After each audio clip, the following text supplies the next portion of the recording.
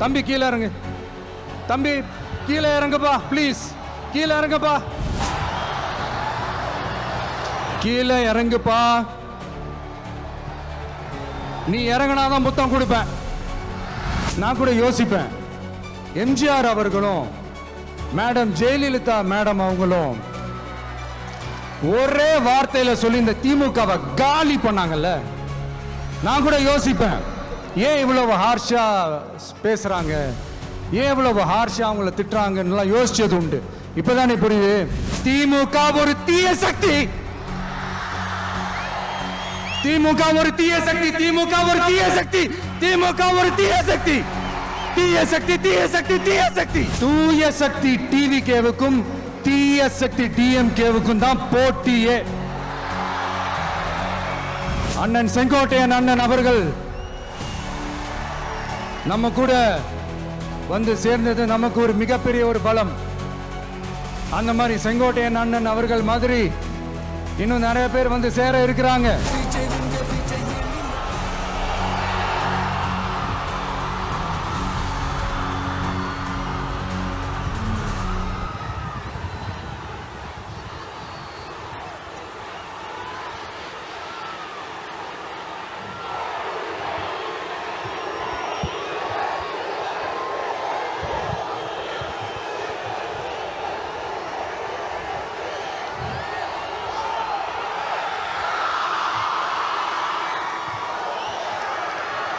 மஞ்சள்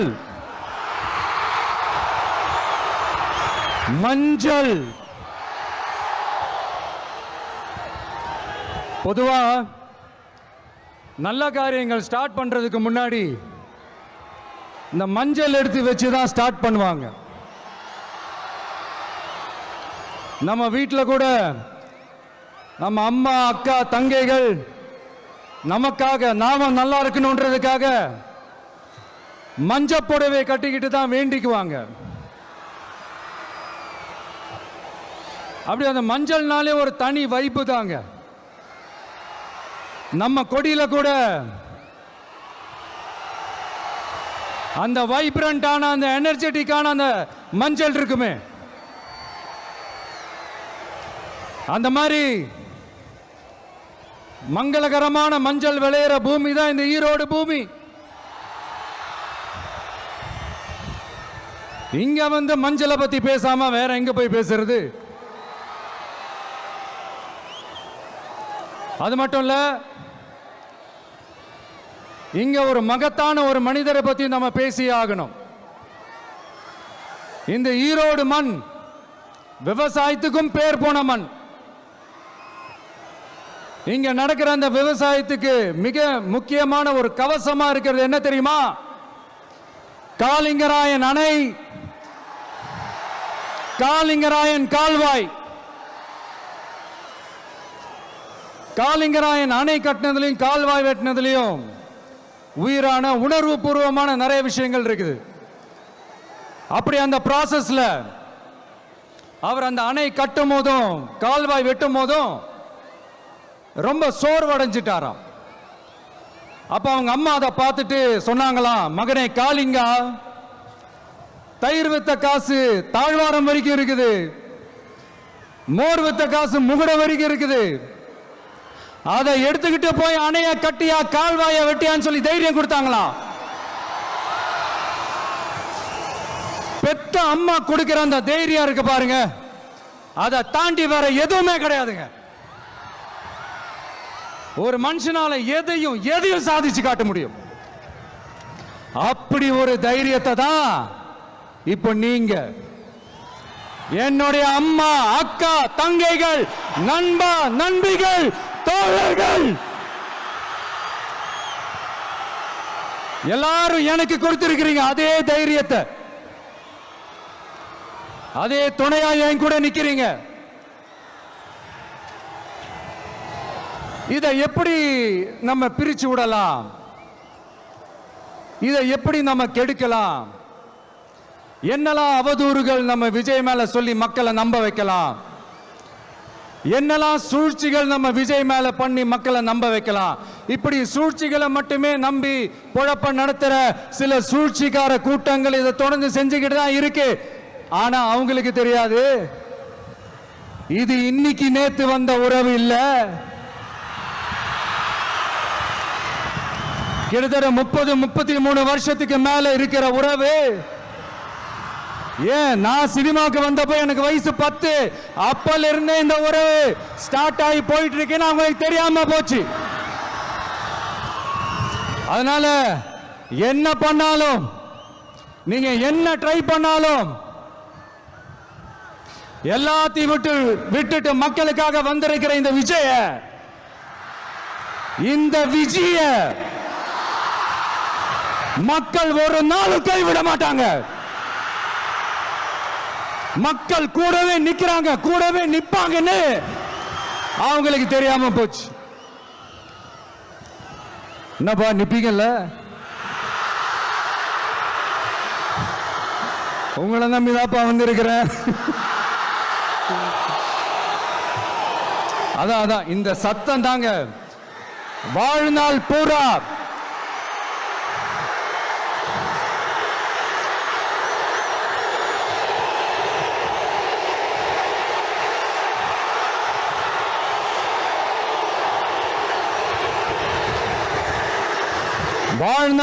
உங்களுக்கு நன்றியோடவே இருப்பேன். இப்போ நம்ம காளிங்கராயன் அவர்கள் அணையை கட்டுறதுக்காக பவானிக்கு போய் பார்க்கும்போது ஒரு இடத்துல ஒரு பாம்பு வந்து உட்கார்ந்துச்சான், படுத்துச்சான். அது படுத்த இடத்துல தான் அவர் அணையை கட்ட ஸ்டார்ட் பண்ணாராம். அப்புறம் அந்த பாம்பு வளைஞ்சி நெளிஞ்சி போற இடத்துலலாம் கால்வாயை வெட்டினார்னு சொல்லி சில வாய்மொழி கதைகள்லாம் சொன்னாங்க. தண்ணியை சேமிச்சு வச்சு குடிக்கிறதுக்கும் விவசாயத்துக்கும். தம்பி கீழே இறங்கு, தம்பி கீழே இறங்குப்பா, ப்ளீஸ் கீழே இறங்குப்பா.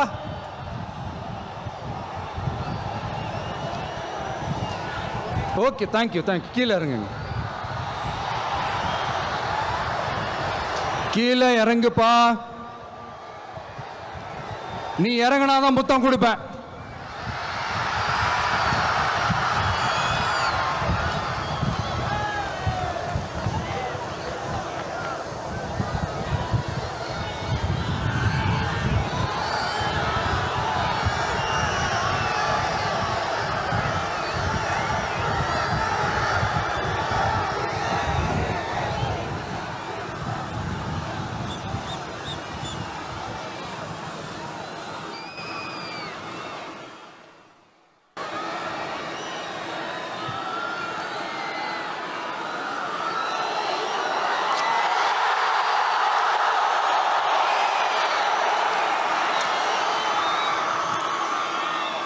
இப்படி தண்ணியை சேமிச்சு வச்சு குடிக்கிறதுக்கும் விவசாயத்துக்கும் வழி வகுக்கிறது எவ்வளவு பெரிய ஒரு நல்ல விஷயம்.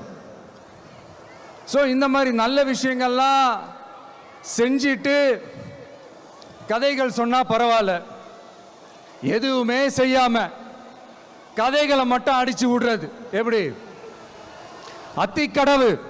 அத்திக்கடவு அவிநாசி திட்டத்தை இன்னும் விரிவுபடுத்தினா அந்த 3 மாவட்டத்தில் இருக்கிற லட்சக்கணக்கான மக்களுக்கு எவ்வளவு பிரயோஜனமா இருக்கும். எத்தனையோ லட்சம் ஏக்கர் நிலங்கள்ல விவசாயம் நடத்தினா எவ்வளவு பிரயோஜனமா இருக்கும். ஏன் அதெல்லாம் பண்ண மாட்டேன்றீங்க? வள்ளுவர் கோட்டத்துக்கு காட்டுற அக்கறைய இங்க மக்கள் வாழ்வாதாரத்தில் கொஞ்சம் காட்டலாம்ல, ஏன் காட்ட மாட்டேன்றீங்க? இங்க என்ன கவர்மெண்ட் நடத்துறாங்களா இல்ல கண்காட்சி நடத்துறாங்களா? இந்த 21ஆம் நூற்றாண்டிலே மக்களை பத்தி எதுவுமே யோசிக்கிறது இல்ல. ஆனா அந்த காலத்திலேயே இது எல்லாத்தையும் பத்தி யோசிச்ச மக்களை பத்தி, குடிக்கிற தண்ணியை பத்தி, விவசாயத்தை பத்தி, அணை கட்டுறதை பத்தி, கால்வாய் வெட்டுறதை பத்தி, இதெல்லாம் எங்கிருந்து? பவானியிலிருந்து நொய்யலாறு வரைக்கும் கால்வாய் வெட்டி இதெல்லாத்தையும் பத்தி யோசிச்ச காளிங்கராயன் அவர்களுக்கு கோடி கும்பிடு போட்டாலும் பார்த்தாதுங்க. இப்படி அந்த காலத்தில் இருந்த ஒரு ஹீரோவை பத்தி பேசிட்டு இந்த காலத்துல அதாவது 1920th செஞ்சுரியில் இருந்த ஒரு ஹீரோவையும் பத்தி நம்ம பேசி ஆகணும்ல.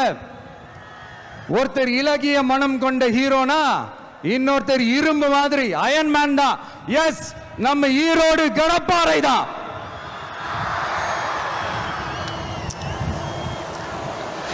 ஒட்டுமொத்த தமிழ்நாட்டையே திருப்பி போட்ட சீர்திருத்த நெம்புகோல் ஈரோடு மாவட்டத்தில் பிறந்த அவர்தான். இந்தியாவுக்கே இடஒதுக்கீடு சம்பந்தமான அரசியல் சட்டத்தை திருத்தறதுக்காக போராட்டம் நடத்தினவர் யாரு? நம்ம தந்தை பெரியாரு. 100 வருஷத்துக்கு முன்னாடியே வகுப்பு வாரி பிரதிநிதித்துவம் வேணும்னு கேட்டவர். அன்னைக்கும் சரி இன்னைக்கும் சரி ஒரு ஆச்சரியத்தோட பார்க்கக்கூடிய ஒரு மனிதர், நம்மளுடைய கொள்கை தலைவர். அப்ப அண்ணாவும் எம்ஜிஆரும் யாரு? பெரியார் அவர்கள் கிட்ட இருந்து எங்களுக்கு தேவையான கொள்கைகளை எடுத்துக்கிட்டோம். அவரை ஃபாலோ பண்ற, அவரை வழிகாட்டி ஏத்துக்கிட்ட அண்ணா அவர்கள் கிட்ட இருந்தோம், எம்ஜிஆர் அவர்கள் கிட்ட இருந்தோம் தேர்தல் அணுகுமுறையை எடுத்துக்கிட்டோம். அண்ணாவும் எம்ஜிஆரும் தமிழ்நாட்டோட சொத்து. அவங்கள பயன்படுத்துறதை பத்தி யாரும் இங்க கம்ப்ளைண்ட்லாம் பண்ண முடியாது. அண்ணா எங்களோடது, எம்ஜிஆர் என்னோடது, எங்களோடது, நீங்களாம் எடுத்துக்க கூடாது அப்படிலாம் யாரும் இங்க அழுதுட்டு இருக்க முடியாது, சொல்லிவிட்டேன். அதனால நாங்க ஒரு வழியில அரசியல் செஞ்சுக்கிட்டு போயிட்டு இருக்கிறோம். உங்களுக்கு தான் டிவிக்கு ஒரு பொருட்டே இல்லைல்ல, அப்புறம் ஏன் கதறீங்க? அப்புறம் ஆளாளுக்கு அங்க போயிட்டு இங்க போயிட்டு புலம்பி தள்ளிக்கிட்டு இருக்கிறீங்க. இது எப்படி இருக்கு தெரியுமா? எனக்கு பயம் இல்ல, எனக்கு பயம் இல்ல அப்படின்னு சத்தமா சவுண்ட் விட்டுக்கிட்டே சத்தமா பாட்டு பாடிக்கிட்டு இந்த நடுங்கிக்கிட்டே சின்ன பசங்க நடந்து போவாங்க, அந்த மாதிரி இருக்கு. முதல்ல மண்டையில் இருக்கிற கொண்டே மறைங்க சார்.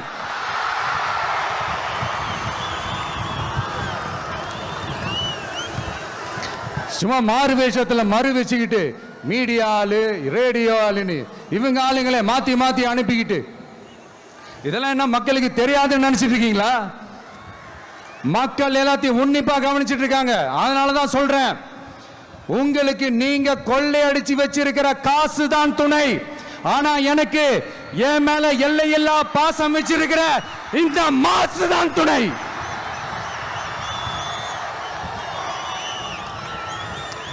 இப்படி நமக்கு துணையா இருக்கிற ஈரோடு மக்களுக்காக நான் இப்போ குரல் கொடுக்கலாம் வந்திருக்கிறேன். சரி, இப்போ விஷயத்துக்கு வருவோம். பெரியார் அவர்கள் கிட்ட இருந்த அந்த செல்வாக்கையும் அந்த பதவிகளையும் அந்த பவரையும் வச்சுக்கிட்டு அவர் என்ன சொன்னார் தெரியுமா? இவ்வளவு செல்வாக்கு, இவ்வளவு பதவிகள், இவ்வளவு பவர் இருந்தோம் நான் ஒரு 5 பைசா காசு சம்பாதிச்சிருப்பேனா? எனக்கோ இல்லை என் குடும்பத்துக்கோ பட்டங்கள் வேணும், பதவி வேணும்னு ஏதாவது கேட்டிருப்பேனா? இல்லை ஏதாவது லாபம் பார்த்துருப்பேனா? இல்லை எதுக்காவது ஆசைப்பட்டிருப்பேனா? ஆனா அவர் பேரை சொல்லிக்கிட்டு அவருடைய கொள்கையை ஃபாலோ பண்றதா சொல்லிக்கிட்டு இப்ப ஆட்சியில இருக்கிறவங்க என்னெல்லாம் செய்யறாங்கன்னு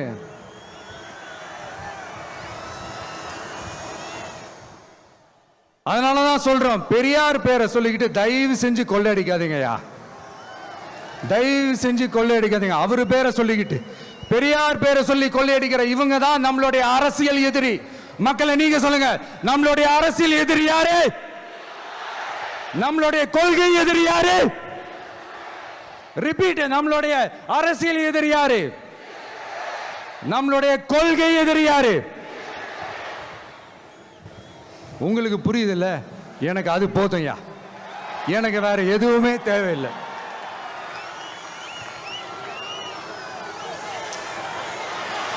அதனாலதான்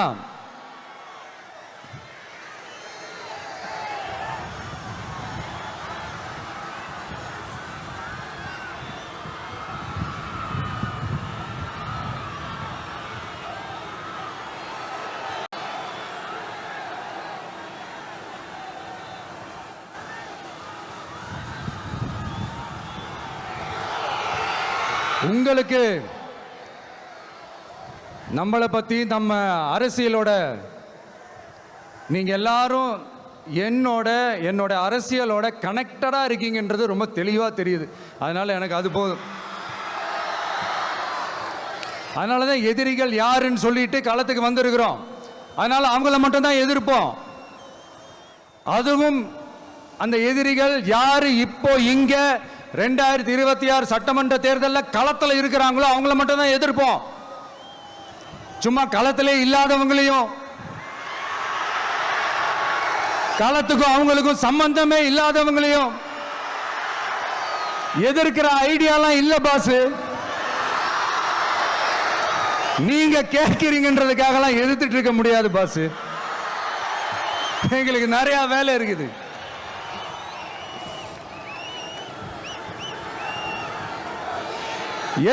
எத்தனை பொய்யான வாக்குறுதிகள். வந்த உடனே நீட்டை ரத்து செய்வோம், கல்வி கடனை ரத்து செய்வோம், கேஸ் சிலிண்டருக்கு மானியமா 100 ரூபாய் தருவோம், என்னெல்லாம் அடிச்சு விட்டுட்டு இன்னி வரைக்கும் கேட்கிறேன், இதெல்லாம் சொன்னாங்களே செஞ்சாங்களா? இவங்க எப்பவுமே இப்படிதான், சொல்றது ஒண்ணு செய்யறது ஒண்ணு. திமுகவும் பிரச்சனைகளும் ஃபெவிகால் போட்டு ஓட்டின ஃப்ரெண்ட்ஸ் மாதிரி ஒன்னிலிருந்து ஒன்னை பிரிக்கவே முடியாது. இந்த இப்போ ஈரோடு பகுதியில் இருக்கிற பிரச்சனையை பத்தி பேசுவோம். பெரியார் பேரை மட்டும் சொல்லிக்கிட்டு எப்படி அவரோட கொள்கைகளுக்கு எதிராக செயல்படுறாங்களோ அப்படிதான் இந்த மஞ்சள் நகரத்தோட மஞ்சளுக்கும் ஒண்ணும் பண்ணல, மஞ்சள் விவசாயிகளுக்கும் ஒண்ணும் பண்ணல. ஆராய்ச்சி மையம், சிறப்பு மையம்னு கோடியா டெண்டர் விட்டாங்க, பேருக்கு கட்டிடத்தை கட்டினாங்க. ஆனா உலகமே போட்டி போட்டு வாங்குற மஞ்சளை மதிப்பு கூட்டி விற்பனை செய்ய, அதாவது அதோட வேல்யூ இன்க்ரீஸ் பண்ணி நம்ம விவசாயிகளுக்கும் இந்த மாவட்ட மக்களுக்கும் நன்மை செய்ய இதுவரைக்கும் என்ன செஞ்சிருக்காங்கன்னு யோசிச்சு பார்த்தா ஒரு பெரிய ஜீரோ தான். கரும்பு நெல்லுக்கு அரசாங்கம் விலை பிக்ஸ் பண்றாங்க, அதையும் ஒழுங்கா பண்றதில்ல. ஒவ்வொரு முறையும் பிரச்சனை. அங்க நெல் கொள்முதல் செய்யறதுல ஊழல். சரி, நாம கஷ்டப்பட்டு விளைய வச்சது வீணா போக கூடாதுன்னு நினைச்சு நம்ம விவசாயிகள் கேட்கிற லஞ்சத்தை கொடுத்தாலும் அதுக்கப்புறம் கூட அந்த கொள்முதல் ஒழுங்கா நடக்கிறது இல்லை. அதையும் தாண்டி ஏதோ ஒரு விலை விவசாயிகளுக்கு கிடைக்குது. அப்படிலாம் இல்லாம ஒழுங்கா நேர்மையா நம்ம மஞ்சளுக்கும் நியாயமான விலை பிக்ஸ் பண்ணி தரமான விதைகளை கொடுத்தா என்ன குறைஞ்சா போயிடுவாங்க? இதெல்லாம் யோசிக்கிறதுக்கு அவங்களுக்கு நேரமே இல்லை. 24/7 அவங்களோட யோசனை என்ன தெரியுமா? இந்த விஜயை எப்படி முடக்கலாம், தமிழக வெற்றி கழகத்தை எப்படியெல்லாம் முடக்கலாம், அப்படிதான் அவங்களுடைய சிந்தனையே 24/7. எத்தனையோ வருஷத்துக்கு முன்னாடி நம்ம காளிங்கராயர் நதிகளின் இணைப்புக்கு முன்னோடியா இருந்தார். பவானி ஆத்துல அவர் அதிகமான தண்ணீர் அணை கட்டி தேக்கி தண்ணீர் வறட்சியான பகுதிகளுக்கு அனுப்பினார். ஆனா இன்னைக்கு இவ்வளவு நவீன வசதிகள் இருந்தோம், இவ்வளவு சயின்ஸ் வளர்ச்சிகள் இருந்தோம், இவ்வளவு டெக்னாலஜி வளர்ச்சிகள் இருந்தோம், அவங்க வாக்குறுதியில் ஒன்று கொடுத்தாங்கல்ல, பவானி நொய்யலாறு அமராவதி 6 இணைப்பு திட்டத்துக்கு ஒரு துரும்ப கூட கிள்ளி போடல. வாக்குறுதி நம்பர் 103 சொன்னாங்களே செஞ்சாங்களா? சரி, இதாவது ஒரு பெரிய ப்ராஜெக்ட் வைங்க. ஆறுகளை சுத்தப்படுத்த பல்லாயிரம் கோடி நிதி ஒதுக்குவோம், தமிழ்நாட்டில் உள்ள ஆறுகளை சுத்தப்படுத்துவோம்னு சொன்னாங்களே செஞ்சாங்களா? ஆனா ஆத்து மணலை கொள்ளையடிக்கிறதுல மட்டும் வேலையை கரெக்டா செய்வாங்க. இதை நான் ஏன் திரும்ப திரும்ப சொல்றேன்னா, மக்களே நீங்க புரிஞ்சுக்கணும். கொஞ்சம் மசந்தா மற்ற மாவட்டங்கள்ல மணல் காணாம போன மாதிரி, மலைகள் காணாம போன மாதிரி, நம்ம மாவட்டத்தில் தனி வளத்தை கொடுத்த செம்மண்ணும் காணாம போறதுக்கு வாய்ப்பு இருக்கு மக்களே. நம்ம மண்ணுக்கும் நம்ம ஆத்துக்கும் நம்ம விவசாயிக்கும் தான் இந்த மோசமான நிலைமை. அதனால ஏதாவது தொழில் செஞ்சு பிழைக்கலாம்னு பார்த்தா அதுக்கும் எங்க விடுறாங்க. தொழில்னு பார்த்தா 30% நெசவாளர்களுக்கு கூலி பாக்கி. அரசாங்கம் நம்ம நெசவாளர்கள் கிட்ட இருந்து கொள்முதல் செய்த வேட்டி சேலைக்கான கூலியை கூட போராடித்தான் வாங்க வேண்டியதா இருக்குது. அது சலுகையோ உதவியோ நலத்திட்டமோ கிடைக்காது. நம்ம உழைப்புக்கான ஊதியம், நம்மளோட உரிமை, அதுக்கே போராட வேண்டிய நிலையில தான் இந்த அரசாங்கம் நம்மளை வச்சிருக்கு. நல்லா பார்த்துக்கங்க மக்களே, உரிமைக்கு குரல் கொடுத்தவங்க தான் இவங்க. சிறு குறு தொழில்கள் பீக் ஹவர்ஸ் சார்ஜ்னு கரண்ட்டுக்கு அநியாய விலை வச்சு அதையும் செய்ய விடாம நம்மளை முடக்கிடுறாங்க. அந்த பீக் ஹவர்ஸ் சார்ஜ் கொள்ளையால எத்தனை வருஷமா எவ்வளவு பேர் பாதிக்கப்படுறோம், எவ்வளவு தொழில்கள் பாதிக்கப்படுது. நாமளும் கத்துறோம், போராடுறோம், கோரிக்கை வைக்கிறோம். எதையாவது இவங்க கண்டுக்கிறாங்களா? கொஞ்சம் யோசிங்க. ஏன் கண்டுக்க மாட்டேன்றாங்கன்னு கொஞ்சம் யோசிங்க. அப்பதாங்க பிரைவேட்ல அதிக விலைக்கு கரண்ட் வாங்க முடியும், அதுக்கு டெண்டர் விட முடியும். அப்படி டெண்டர் விட்ட மேட்டர்ல எல்லாம் என்ன நடக்கும்னு உங்களுக்கும் தெரியும், எனக்கும் தெரியும், நம்ம எல்லாருக்குமே தெரியும். இந்த மாதிரி ஈரோடுல மட்டும் இல்ல, எந்த மாவட்டத்துக்கு போனாலும் பிரச்சனைகள் மேல பிரச்சனைகள் தான்.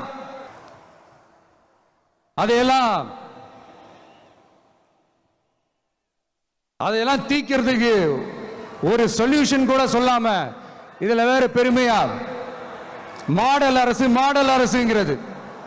இல்ல நான் கேட்கிறேன், கூச்சமா இல்ல?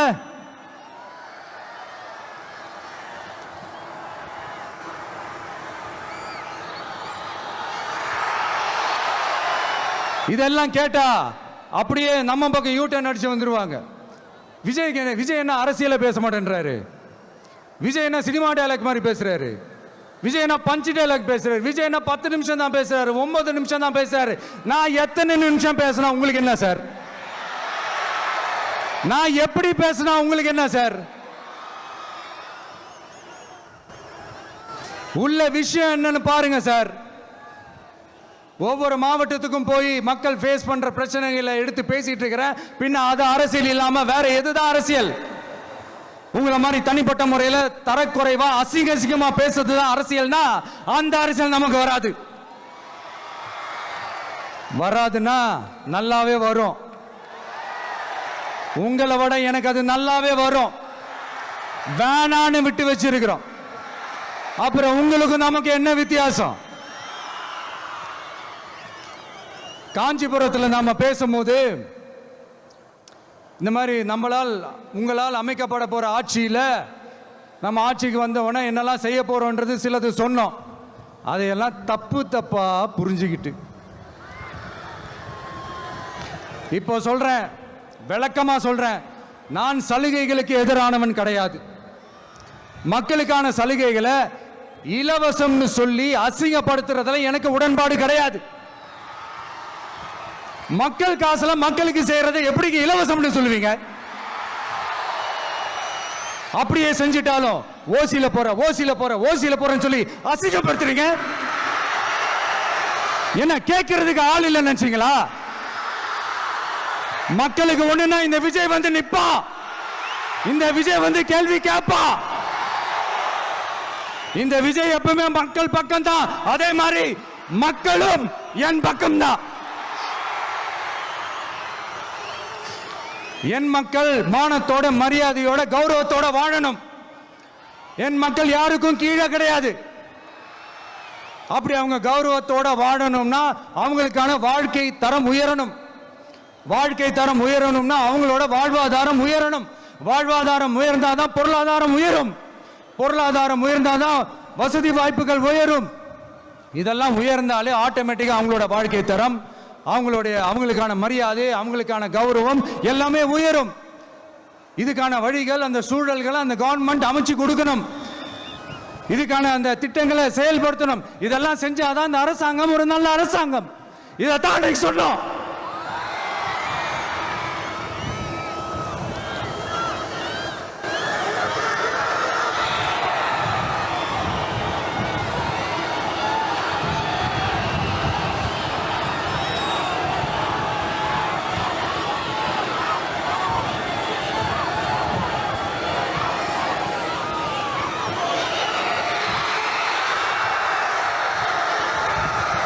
இதைத்தான் இன்னைக்கு சொன்னோம். உடனே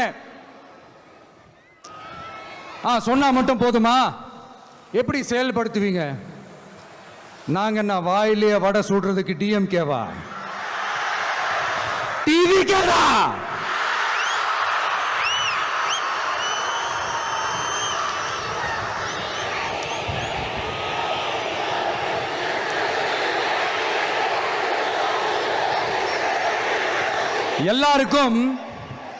எல்லாருக்கும் நிரந்தரமான ஒரு வீடு இருக்கணும்னு சொன்னோம். உடனே எங்க ஆட்சியிலே நாங்க எல்லாரும் வீடு கட்டி கொடுத்துட்டோமே அப்படிங்கிறது இல்லை. நான் கேட்குறேன், இங்க உங்களை தான் கேட்குறேன், இங்க வாடகைக்கு இருக்கிறவங்களே இங்க யாரும் இல்லையா? எல்லாருக்கும் சொந்தமா வீடு கட்டி கொடுத்துட்டாங்களா? அடுத்து வீட்டில் இருக்கிற ஒவ்வொருத்தரும் மினிமம் டிகிரி படிச்சிருக்கணும் அப்படின்னு சொன்னோம். உடனே எங்க ஆட்சியிலே எல்லாரும் டிகிரி படிச்சு முடிச்சிட்டாங்களே அப்படிங்கிற மாதிரி சொல்றது அது உண்மைனா? ஸ்கூல் லெவல்லையே டிராப் அவுட்ஸ் அதிகமானது யாரோட ஆட்சியிலங்க?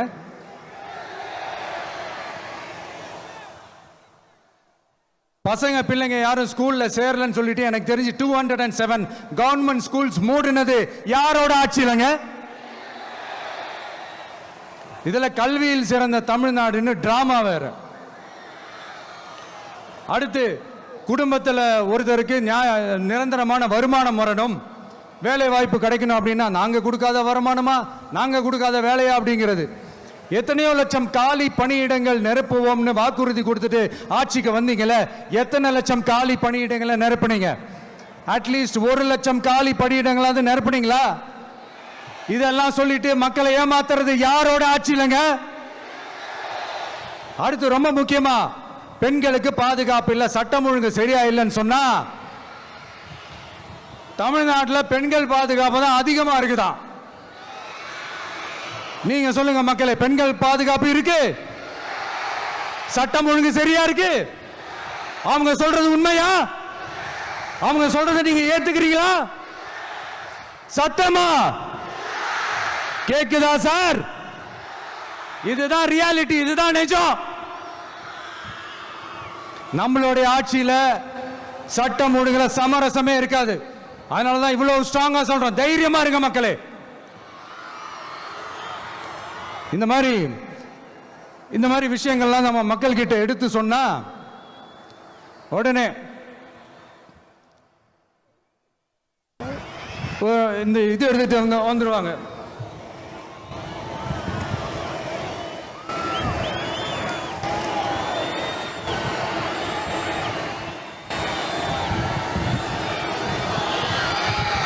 இந்த மாதிரி இதெல்லாம் என்னென்ன செய்ய போறோன்றது சிலதெல்லாம் காஞ்சிபுரத்தில் சொன்ன மாதிரி சொன்னா எல்லாத்தையும் தப்பா திருச்சி பேசிக்கிட்டு அவதூறு பரப்பிக்கிட்டு. நான் கூட யோசிப்பேன், எம்ஜிஆர் அவர்களும் மேடம் ஜெயலலிதா மேடம் அவங்களும் ஒரே வார்த்தையில சொல்லி இந்த திமுகவை காலி பண்ணாங்கல்ல. நான் கூட யோசிப்பேன், ஏன் இவ்வளவு ஹார்ஷா பேசுறாங்க, ஏன் இவ்வளவு ஹார்ஷா அவங்கள திட்டுறாங்கன்னு யோசிச்சது உண்டு. இப்பதானே புரியுது. அவங்க 2 பேரும் சொன்னதை இப்ப நானும் ரிப்பீட் பண்றேன். திமுக ஒரு தீய சக்தி,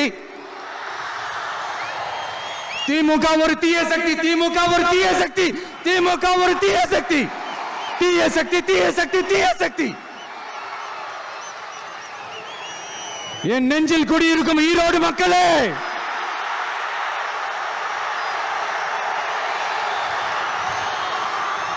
டிவிகே ஒரு தூய சக்தி.